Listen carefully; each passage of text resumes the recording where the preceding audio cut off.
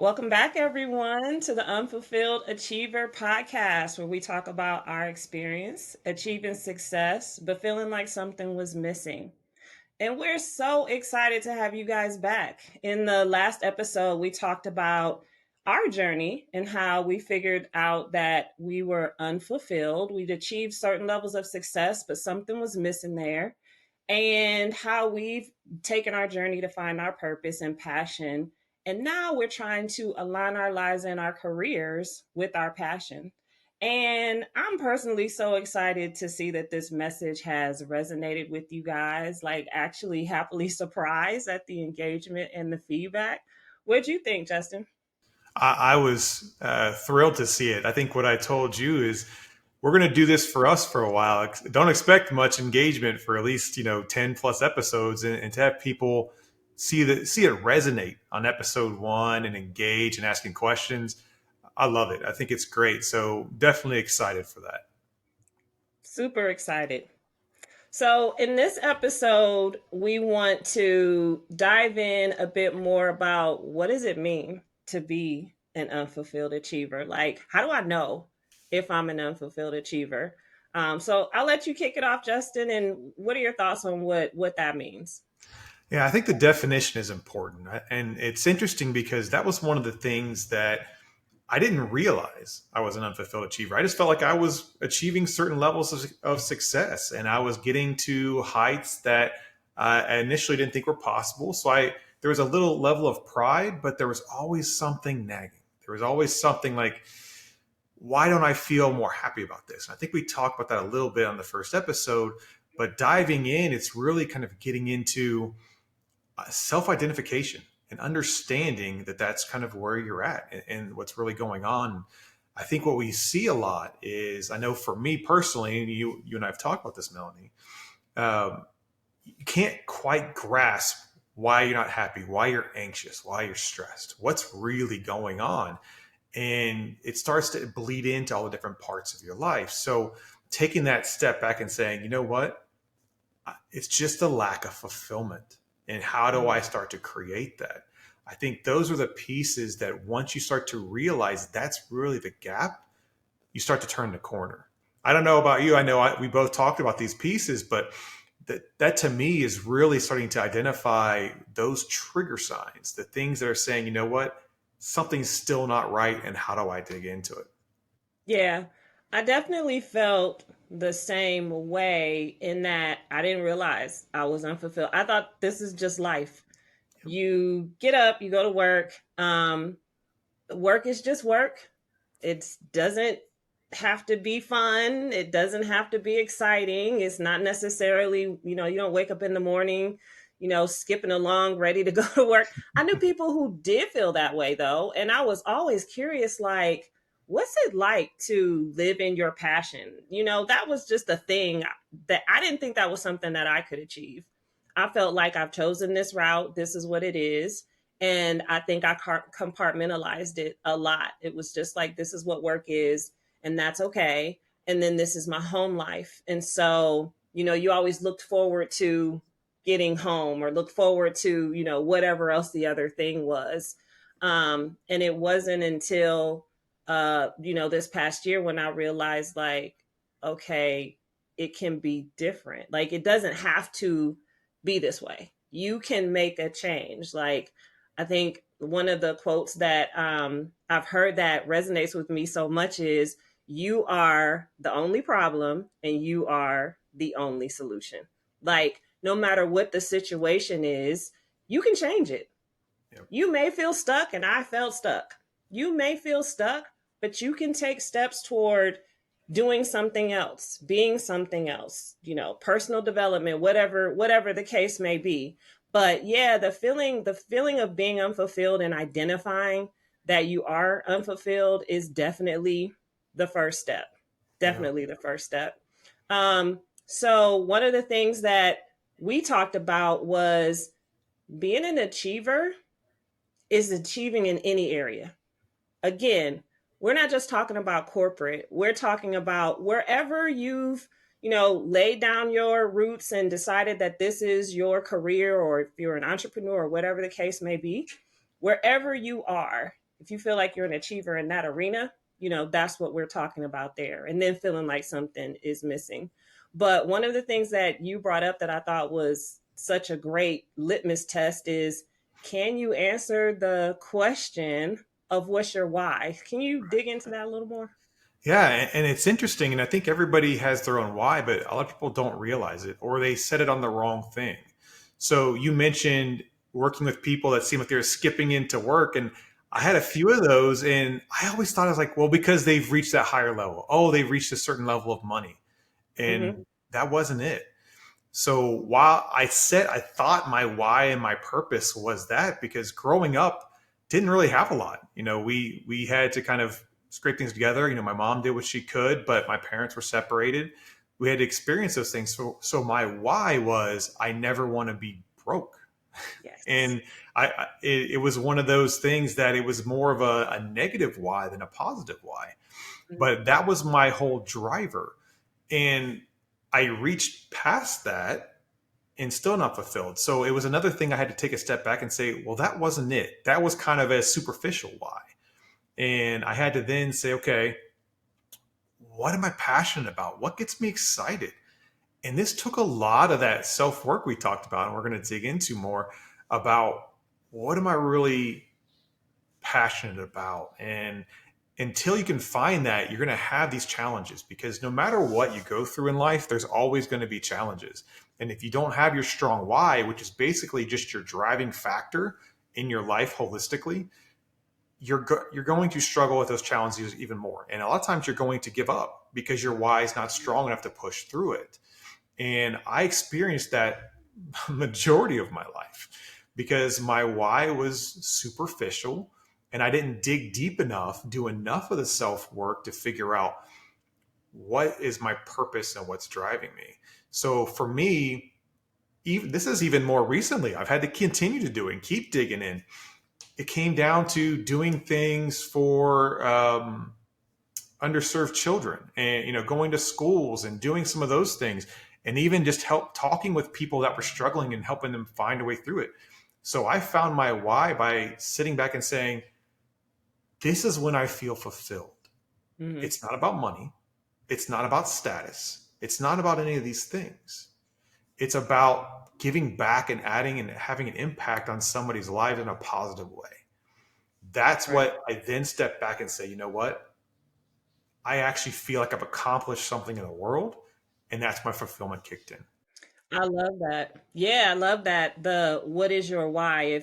If you're trying to figure out, am I an unfulfilled achiever? Like, ask Yeah. yourself that question. What is your why? If you can't come up with a good answer that resonates with you, I was the same way. My why was make money, move from this, scarcity area to abundance. That was the goal. And how I got there didn't really matter. Just get out there and do it. But if you step back and ask yourself, what is your why? If that, for example, is that enough? That may be enough for you and you're fulfilled with that. But when you get to what that why is it enough?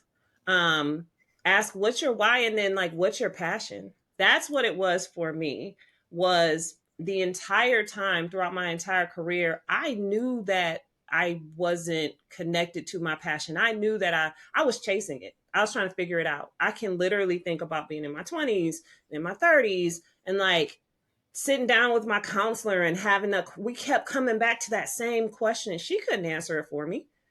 I would have little tasks and homework and, sit back and think about it, try to figure it out, but I never landed on something that really resonated with me. So if you can't state clearly what your why is and you're still trying to figure out your passion, that probably is a good indicator that you're unfulfilled. Another litmus test that resonates with me is, do you feel like you're chasing someone else's goals? Are your goals being set for you? So, of course, when you're at work, you're going to get goals that are pushed down to you, and you have to set goals for, your business or whatever the case may be. But do those goals feel organic to you? Do you feel like those are goals that you really are embracing and it's getting you to that passion, or aligning with that passion that you have? That's a huge place where I was I felt like I was always executing somebody else's goals, and it was like, what are my goals? And I had a hard time setting goals because I didn't know what the thing was. Yeah. Was that something that you experienced on the goal side?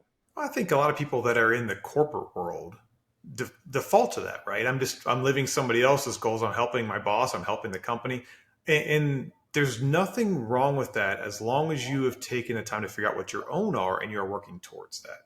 So it's a balance. If you are solely working somebody else's goals, or you're trying to create your goals on based on what you expect somebody else is looking for out of you, you will Mhm. definitely fulfill. Yes. And Yes. I had that problem for a while too. My goals are like, well, if I do this, then this person will like me. If I do this, then I'll be able to get in this group, and that is terrible. Just a way for kind of self destruction, which is what I ran into. I think that also resonates as it relates to relationships. 100%. So many times we get connected with people, or we want to be with people that may or may not be good for us, but that person may have a better idea of who they are, and they may be more self-aware, and sometimes we're attracted to that, like, oh, this guy is doing this, and he's ambitious, and I need to get tied into that. I'm going to jump on his coattails and help him build this business, or whatever the case may be. And the same thing, with the guy, like, oh wow, this woman I met, she's like doing these great things, I have to do these great things as well, which is great. It's good to be inspired by someone. I'm not saying that that's a bad thing, but is the inspiration organic to you? Or are you just jumping on to what somebody else is doing, and, like you said, building a version of yourself that's pleasing to someone else versus who you really are? And I would say going to somebody that inspires you is better than the alternative that a lot of men do, especially. I've seen some women do it where you're looking for the trophy person, the most attractive Okay. person you can to impress your friends. Yeah. Um, that is definitely not fulfilling. I can speak to that. Is you can have that, but if they don't have that part where they inspire you and they don't align to what your purpose is and what you're doing, that's just going to actually start taking time away from your life and taking time away from what you're looking to do. Yeah. The trophy concept, that's really interesting, and I'd love to hear your perspective on that a little more. So when guys are going out and they're looking for this trophy, it's just to complement whatever it is they're doing, and you think maybe this a trophy is an inanimate object. That trophy doesn't have desires or goals or whatever. And so I imagine at some point when that person steps out of line, quote unquote, and is not, fitting that object that you wanted on your arm or whatever, that's where you start having issues. Well, there's that. And then it comes down to your personality type. I've seen people that then kick into, I'm never going to do better than this person. So they just kind of fold and they give up on their dreams and everything they want to do. And then there's the other side where it just creates stress. There's a very unhealthy relationship. So if you start with the exterior in mind, and most people don't even realize they're doing this, you think like, oh, this is just what I'm attracted to. But why are you attracted to that? And a lot of times it is because I want to be able to flaunt an attractive person around me. It I makes have me look come, better. yeah, it does. And look, it is what it is. I mean, there are some, I We've guess, some all been places. there. Yeah, it is what it is. But finding somebody that really meshes is life changing. And we'll dig deeper into this, into the relationships part Yep. that we're going to get to. We're going to have an episode more on that. But understanding kind of your purpose and making sure that everybody that's in your life aligns to your purpose and supports you in one way is going to be a great differentiator about how well you start to actually get that fulfillment. And I Yeah. think that's absolutely critical. So we've kind of talked about being unfulfilled and how it can be in your, work life, whatever, your business, your personal life, in your relationships. That feeling of being unfulfilled could come from many different places. And for me, the bottom line is you have to know yourself and not get pulled along onto different paths that don't align with who you are and what you want out of life. Like that's huge. So like you said, we'll dive in more about the relationships we'll dive in more about, okay, I figured out that I'm unfulfilled. Like, what's next? We'll talk about that more as well. But um, some folks might have the question, and I know I personally had the question around, okay, so I think maybe I'm unfulfilled, but what are some of the signs that go unrecognized? There were things that were happening behind the scenes, I think for both of us, that we kind of knew what was happening, kind of didn't. It didn't really add up to this being that I was unfulfilled. And one thing we talked about before was like the anxiety and the depression, and knowing that that's a thing, knowing that that's happening, but not really maybe identifying or connecting the dots that it's because I'm unfulfilled or I'm not living in my passion. And I know you had, similar challenges too. Yeah, honestly, depression is something I dealt with almost my entire life. And it was, I just felt it was environmental or just because of that's what it is. You try all the different medicines, they don't help. It's solving the symptom instead of the root cause. And what I finally kind of, we talk about the epiphany, right? Going back to last episode, the what I finally realized is the anxiety is the stress about the future of the unknown. Depression is dealing in the past. So once I took a step back and said, the reality is I'm just not moving towards my purpose. I'm not doing things within my purpose. And that's creating this anxiety and this internal struggle that's manifesting in stress and anxiety because I'm either stressing about the past or I'm anxious about the future. Right. So once I took a step back from that, I could connect it to I just wasn't doing what I needed to do. And I think most people, depression and anxiety is so rampant in today's world. And people just look at it as, okay, it's part of my everyday life. That's just what it is. That's just the world we live in. But it doesn't have to be. Right. And really taking that step back and figuring out that purpose and moving in your purpose. Now, I'm not saying you're not going to have any more stress. There's always stress, but your ability to deal with the day to day stress becomes substantially better. And you start to reduce that total amount as you move forward and get that fulfillment. I think totally resonates with me what you said, and I love how you broke it down and said anxiety is about the future and depression is about the past. And so that means we have to deal with both. If you're experiencing those things, that means you probably have some unresolved issues in your past that you need to really sit down and deal with and work through.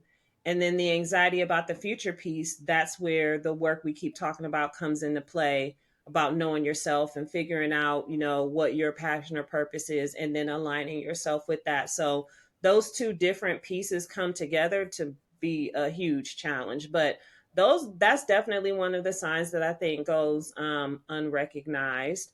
And then always daydreaming.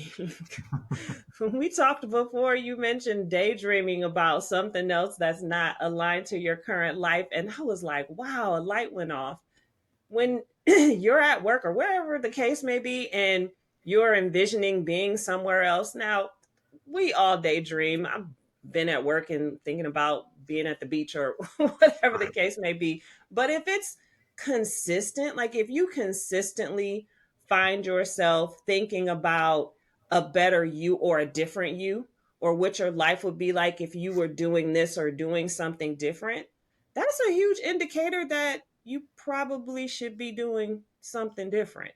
Did you Absolutely. have the daydreaming happening? Oh, absolutely. I mean, even that was bad when I was a kid too. But Yeah. even in the adult life, you start to see like your residual self image doesn't align to what you're actually doing. Mm, So what you see is something different. Like I see myself owning businesses, or I see myself helping people. I see myself doing all these things, but I'm in my struggle. We say 9 to 5, but we both talk about it's like 24/7 at our certain levels, yeah. and I'm leaving no space and no energy towards what I see myself as. So because I'm doing that, I'm getting further and further away from what I see as my own self image. And again, strengthening that internal struggle, creating more issues, creating more anxiety. So taking that time and saying, if that keeps coming up and I keep seeing myself differently, what do I need to change? Like there's something that's not right there. And again, kind of trying to spend some time with myself to figure out what that had to be. Yeah. Um, the daydreaming is really what? Escaping reality, right? Absolutely. So, one of the ways, and this is something that dawned on me recently, one of the ways that I escape reality, I love to read. I've always been an avid reader since I was little, always had a book in my hand, love to read. At some point, I took the leap and started doing the audiobooks. I didn't want to because I just love to have the feel of a book in my hands, but it's just more efficient. I can listen in the car while I'm cooking, whatever the case may be. So I found myself at the end of the day jumping into a book, right? But my books were always fiction.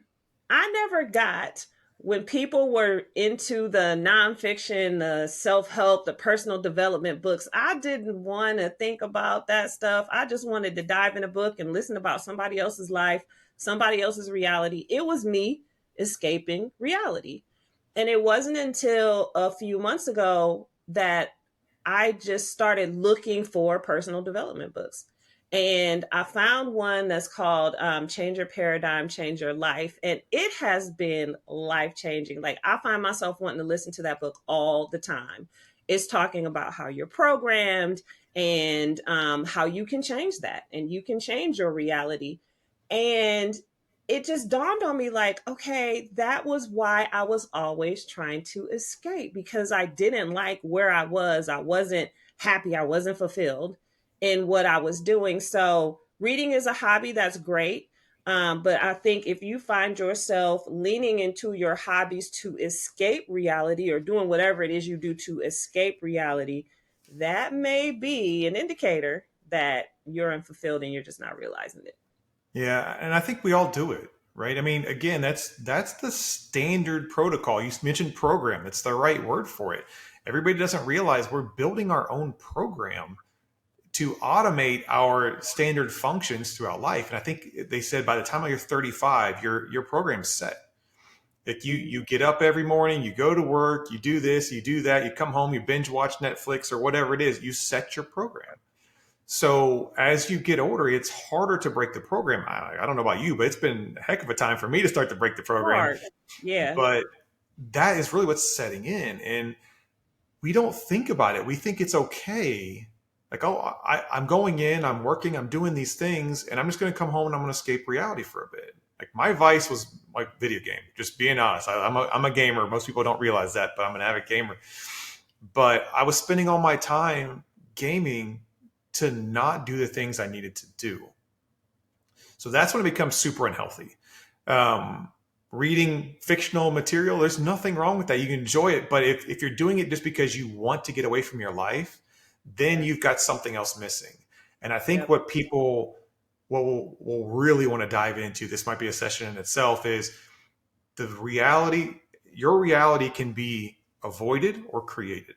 So if you're spending all your time escaping your reality, you're not creating the version that you actually want, and you control which one you get. So for most people, we spend the time escaping reality, whereas I've learned that it's time to start to create my reality, one I don't want to escape from. Right. So there again, there's nothing wrong with video games to a point. There's nothing wrong with fictional materials. I'll binge watch some shows. I just watched Billions. Absolutely love that show. But there's nothing wrong with that as long as it's not keeping you from moving forward. Right.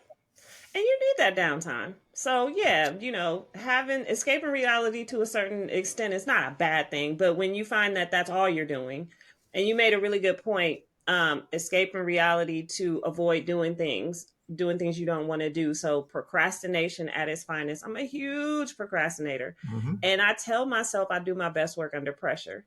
Okay, so but why am I waiting to the last minute to do the work? Because I just really don't want to do the work. I'm not interested in the work.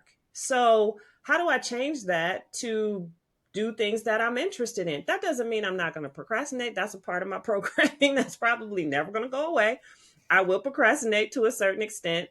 But if I'm working on things that bring me joy and that I'm excited to do. Like you said, building your future. You can escape your reality or you can build a new future. If I'm working on things that excite me about my future, then I think I'd be less likely to procrastinate and want to just escape, the reality that I'm in right now. Funny story on procrastination in high school. So I had a lot of the advanced classes in senior year, and one was research and exposition. And it was just boring. Like I learned calculus by sleeping, and I got an 85% in calculus. And then research and exposition, I had a 15% in that class. And then on the finals, it made up the majority of our score. I had to drive my paper to the teacher's house because it was so late, and ended up with like an 80% in that class. So procrastination, I had the same problem, but because you procrastinate, you avoid moving forward, and you start to think like, I can't accomplish anything. I'm not capable. You're plenty capable. You just have to either find something you're truly passionate about, then the procrastination goes away, or find ways to work through it. And again, those are things that I think are going to have large scale pieces that we can dig into. But as soon as you said procrastination, I'm like, absolutely. That is something that just terrorizes me. I think everybody to a certain extent procrastinates, but mine was going overboard. And that was an indicator to me, like, I got to make some changes. We talked about some other pieces that we noticed. And this one you mentioned absolutely resonated with me. And because I have a lot of friends that are still in this scenario, is I think you call it the Sunday or Thursday night litmus test. And Yes. are you sitting there Sunday night? Actually, I'm going to have you brought it up. I want to have you kind of dig into it a bit. Okay, so the Sunday night I said the Sunday night test and you threw out the Thursday Yep. night test, and I think that's huge. So I'll start with the Sunday and then I'll kick it over to you to talk about Thursday, which is a lot more happy. So the Sunday night test for me is, and it doesn't even have to be Sunday night. Let it just be Sunday, okay? How do you feel on Sunday? To me, it's just a day now. To me, it's just a day now. That's huge. But it used to be just this feeling of dread, like, oh my gosh, the weekend is already over. I have to go back to work on Monday. I have all these things I have to do, just dreading going back into the week. And again, that was where I started noticing that there were people who didn't feel that way. There were people who, I mean, work is work, and you want to take away from work. I don't care what you're doing. You need a break from work at some point. But I knew people who didn't have that same dread. And so the Sunday night test, if you know on Sunday night or Sunday period, you start dreading what's happening next week and that you have to even, do what it is you do next week, that's it. That's indicator. Yeah. Definitely. But then you brought up the Thursday night test, which I thought was kind of on the opposite end of the spectrum, but same thing. It's on the opposite end of the spectrum, but I think it applied more to me. Whereas you get to say end of day Thursday or you get into Friday, and you just start getting excited because I'm going to go to the bar. I'm going to go do this. I'm going to get out. I can get away for a couple of days, and you get this whole level of excitement because you're not going to be able to escape. And whatever that is, it doesn't have to be the drinking and bar pieces, but that's still another sign that you're not fulfilled because you just can't wait to get away. You can't wait to escape. We keep talking about escape. So basically, what we're saying is we built a life that felt like a prison. Yep, 100%. That's huge. Like, are you living in a prison of your own doing? Maybe not. Maybe it's not your own doing, but are you living in a prison? If you feel like you are trapped, it's time to do something about it. It's 100%. definitely time to do something about it. Life is very short. Very short. And I just got a message yesterday about a young lady who passed away, and young, like maybe in her 30s. Like, she probably had all kinds of hopes and dreams, and she seemed like she was full of life and she seemed happy. But, you never know. Facade that people put on, or, what they put on social media may or may not be true. So you can't always judge by that. But that just is a reminder that life is so short. So if you're feeling these things, if you're, having the anxiety and the depression, if the Sunday, Thursday night test, you already know that you're there. If you're feeling you're living in somebody else's paradigm, or you're chasing other people's goals, you don't know your part. Like, you really have to step back and think about these things. And if they resonate with you, it's time to do something about it, because it could be over sooner than you realize. And I don't mean to be morbid about it, but that's just the truth. That's the truth of life. We only get a certain amount of time on this planet, and you got to do the best you can with what you have. Yeah. Yeah. And sorry to hear that. I actually, this was a while ago, but I had a coworker pass in his 30s driving to work, had a heart attack in his Mm, 30s. mm-hmm. And it's that stress and anxiety. They call stress a silent killer. People, if you don't learn how to manage it and deal with it, it does start to manifest into real physical things. And I can attest to this 100% because that was the big eye opener for me. I actually was hospitalized because I thought I was having a heart attack. My left side is going numb, all the pain in the chest, and it ended up being a panic attack. And it was, I didn't know how to deal with the stress. I didn't know how to recognize what was causing it. I was letting everything build up. And that was kind of my big eye opener of that can't happen again. I've Mm-hmm. had multiple panic attacks in my life, and I've had all kinds of physical issues, and it's because I didn't know how to deal with the mental stress and the challenges I had. So once I realized how to do, kind of take a step back and figure out what's causing it, and then start to live a life of purpose and start to find fulfillment, technically, the situation I've been in recently, if I was my 5 year old or 5 year ago me, I don't know if I'd even be here. So it's a matter of really doing that work and learn what's really important and starting to move that forward. So absolutely. And I'm hoping that we can help some people that are experiencing some of those issues kind of move beyond that here. Right. The Since you've made these changes in your life, and you're really aligned with your purpose, and you're moving toward the life that you want, have the panic attacks gone away, Oh yeah. or you know how to deal with them better? Not only have they gone away, I actually have moments where I'm just ridiculously happy for no reason. And I actually, Mhm. it's funny because I was letting my dogs out. I think it was last week, the week or before, and just like this joy just hit me out of nowhere. And I'm like, where the heck did that come from? I'm like, nothing major happened, but I focus on the positive now instead of the problems because I know I can solve the problems and I'm going to be grateful for what's right. And Mhm. that dynamic alone, and there's a little snippet for people coming, what's coming, but that little snippet alone was life changing for me. And even little things come up, and there are still pockets. I mean, 40 plus years of stress and anxiety doesn't go away in an instant. There are still pockets where I get frustrated or I get angry for a second, but then I take a step back because I now have created those tools for myself. I take a step back and say, this only impacts me as much as I let it. And I find a way to switch to the positive focus, and then everything changes. That definitely reminds me of a really good friend that I have, and I'm sure she doesn't mind me telling her story. Um, I was probably a senior manager in internal audit, and she was new to our group and was new on my team. And she and I were working together in a conference room, and I was running around like a chicken with my neck cut off. I'm in this meeting, that meeting. I had all these other things going on, and she's working away on the things that we have going on. And we really didn't know each other. I mean, we might have been working together for like 2 weeks, and I came in the conference room one day, and she sat me down and said, "Do you mind if I share my story with you? I see so much of who I used to be in you, and I really want you to hear this." And I'm like, "Yeah, sure."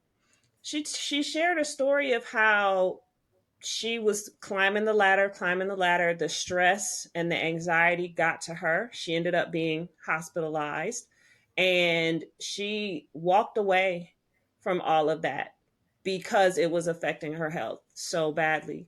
And now she was in a role that was much lower than, the role that she'd had before. And what you talked about is, I heard you say peace, like you have this peace and this joy. She was so happy with what she was doing. She was fine. It was fulfilling. She was like, I don't need to climb the ladder anymore. I'm not interested. It doesn't even register with me. I do what I do here, and then I leave and I go home and I have my life, and I have a full life doing things outside of this that I really enjoy. And so she found the balance. And that was probably 10, 15 years ago. And that was always in the back of my mind. I always remembered what she told me, but it took me all this time to get there. And so I call her my mentor in self care. I so appreciated that. And I think it's so important for us to share these situations, like what you just shared, with having panic attacks, what she shared with me, where she saw where I was going. I didn't know that's the road that I was going down and that's where it was going to lead me. But I think it's so important that we talk about this stuff. And like we said in the last episode, we don't talk about it enough. And people are suffering because we don't talk about it. People are suffering because they feel like you have to put this brave face on and act like everything is okay, and it's not. And so I'm hoping that we can really start talking about these things, and you guys feel this safe space that we're trying to create to talk about these things, because it's so important. We don't want people to be hospitalized, to think you're having a heart attack. You know what I mean? Like, those are things that you really, really have to pay attention to. Yeah. And I actually had a kind of a person like that, a mentor, and you actually know this person. I won't call him out on the podcast, but he was my boss at a prior job, and younger, huge. I'm a aspirational person. I really am ambitious. I want to get a lot of things done, and I could not figure out why he was content with the role he was in. I'm like, you're extremely intelligent. I know you can do more. You have a great people respect you. And he's like, I'm happy. He's like, I make enough. I can make a difference, and I can go home and do what I do. He actually is the person that replaced me at PNC when I left. Oh, wow. Okay. So you know who I'm talking I about. do. Yeah. But I never understood that, and it took me a while for that to resonate. And I was like, that ambition is great until you've let it destroy you. So I am still a very ambitious person. If people heard my goals and where I want to go, they'd be like, "You're ridiculous."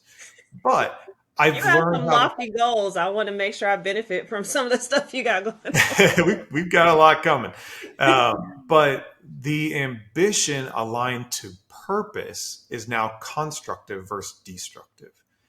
Ambition aligned to different things that are really superficial becomes destructive. So, and I learned it the hard way. I'm not going to change who I am. I'm still ambitious, but I've learned how to put that as something better and more meaningful.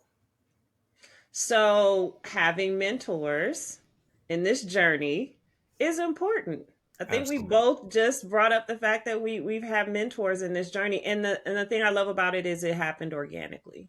Absolutely. So, this is not a journey that I would set off on alone. Like, you have to do the work by yourself. No one can tell you what your passion is. They can't tell you what your purpose is. They can't tell you what path to be on. But to have folks to talk to is so important. And also people to hold you accountable. That's huge as well. Because it's almost like you could backslide, or you hear people talk about falling off the wagon when they have addictions. I mean, you could kind of think about this as an addiction to whatever it is that you were chasing in the first place, but is no longer working for you. It's so easy to, when you're on the fence and you see what the future can hold, but then you also see your past. Well, this is your comfort zone. That's the easy thing to do, is to just go back into your comfort zone. That's what you know, that's what you're used to. You can do that in your sleep. The hard thing is to step out and make a change. And for me, it's me stepping out on faith. And I know that, some folks are spiritual, or some folks are religious, or whatever the case may be. We're not advocating, one thing or another, whatever, resonates with you in your life. But for me, I knew that I was being called to do something else. And it's scary to answer that call. Even doing this podcast is part of it. I knew I was called to do it, and I thought I was going to do it alone. I'm glad that we're working together, but it's scary to make that leap and to do the tough things. But we are challenging you guys Yep. to do the tough things, to take it every day, put one step in front of one foot in front of the other, to do the hard thing. And I think that's really where the community is going to come into play. And we're working on the Discord now. We'll get that put together. That's going to be a great place for mentors and mentees. You may be a mentee in one space, but be able to mentor in another. And if we create that community, we'll be able to have that shared accountability. We'll have people that can share their experiences to where they're comfortable, and then help other people that are maybe going through something that they've gone through.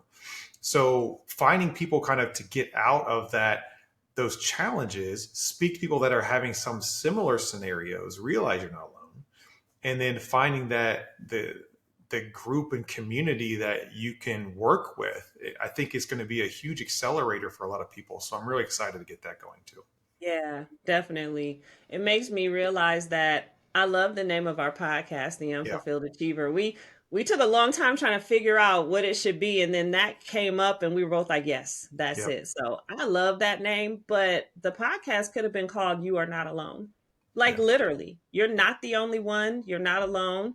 There are lots of folks out here who feel the same way, and we want to connect you guys. So to Justin's point, you'll see more about the community. So I hope you guys will jump in to that piece as well. Um, we had a lot of comments in feedback on the first episode. So I was really excited about the Yep. comments that we had. And we want to take a minute to throw one of those questions out there. And Justin, I'd like to get your thoughts on this one. So there was a question that came from L Hale, and the question was how to balance and push forward in corporate and personal life while being yourself. What would you say to that comment? I say that the most important thing is just to find who you are and learn to be yourself. And I think that's where the challenge is. And the we talked about it last episode, right? We have like 15 versions of ourselves, and we want to try to balance back and forth. But the reality is we're trying to fit a mold at our jobs a lot of time because we think that's what somebody wants. When in the reality, it's being your authentic self and finding what aligns to you.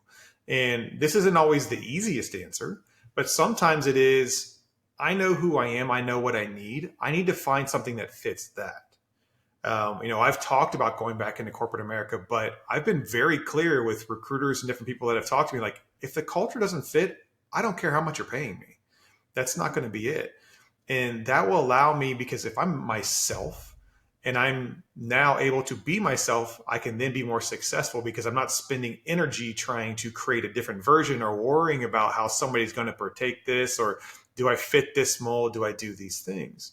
So sometimes it's about making sure what you're bringing in aligns to you versus you trying to align to it. And that's honestly a huge secret, period. But it's harder to do in corporate or in the work life. I get it. But I think it's extremely important. And I love this question, and there's more to it. We'll get to some of the pieces later. But that balance is really less about setting the balance on how do you change yourself. It's more about how much of your energy do you give away from what your true self is. And the less of that you give, the more authentic you are, I think the more you'll be able to achieve. Yeah. Realizing who you are, being self aware, and setting those boundaries, what you will and will not accept, and fiercely aligning to that. It's a muscle that you have to build. You've Yeah. spent your entire life doing whatever it is you've been doing that's gotten you to this point of feeling like you're unfulfilled. And now you have to build this muscle to make sure you're aligning with what makes you happy. In the corporate world, um, to your point, it's hard. If it's hard to change people's perceptions of you, who they've met, people like to keep you in that box. So if you're not being your authentic self, it'll be surprising to them when you start acting. Why is she acting differently? Why is he acting differently? And some people may not allow you or don't want to allow you to bring your authentic self to work. And so it is about finding that right culture. I think that's a really good point that you made. You have to find the culture that fits with you. And a lot of times we're just chasing the money. Culture is 10 steps down on the list. Culture needs to come to the top of the list. You need to make culture something that's very important to you, because you spend more time at work and with your coworkers than you do with your family. So Yep. you need to make sure that that culture aligns with you, and if it doesn't, you might have some tough decisions to make.